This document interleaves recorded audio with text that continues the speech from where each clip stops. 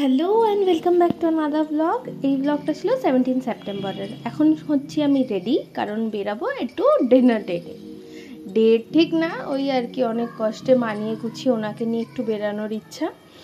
যাব আমরা আর আমাদের এক ফ্রেন্ডস, আর দুটো ফ্রেন্ড যাবে, বাবাই আর মা। একটু কোথাও যাব, বেরাবো, খাবো, এটাই প্ল্যানিং ছিল। তার জন্য একটু রেডি হয়ে নিচ্ছিলাম।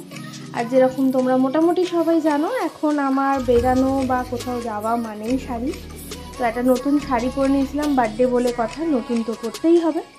পরে নিয়েছিলাম শাড়ি, আর এই যে অলমোস্ট রেডি। একদম হালকাই মেকআপ রেখেছিলাম, লিপস্টিক লাইনার যেটুখানি না পরলে নয়। আর এই সেই কানেরটা, যেটা আমি লাস্ট মেলা দিয়ে কিনেছিলাম, তোমাদের দেখিয়েছিলাম। তো সেই কানেরটাই আজকে স্টাইল করলাম আবার এই শাড়িটার সাথে। অলমোস্ট আমি রেডি। মাম ছিল ঘরে, তাই ওর সাথেই আমি গল্প করছিলাম। মাম বাবাই সবাই তখন ঘরে এসে গেছিলো। আমার একটু লেট হয়ে গেছিলো, তাই ওরা এসে ওয়েট করছিল।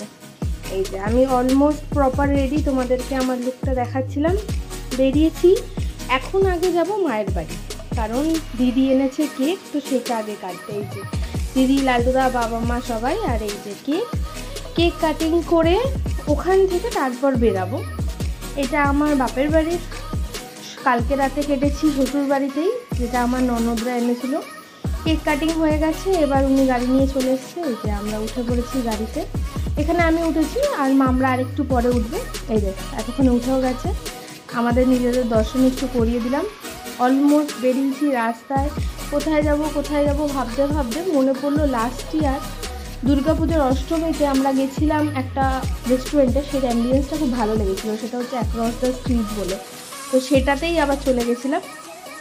খাবার কোয়ালিটি খুবই ভালো, কোনো পেড প্রমোশন না, বাট হ্যাঁ অনেস্টলি কোয়ালিটিও ভালো।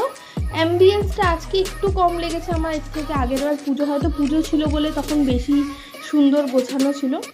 আর জায়গাটা এতটা সুন্দর, মানে আজকে অতটা লাইট জ্বালানো ছিল না বলে একটু কেমন লাগছে।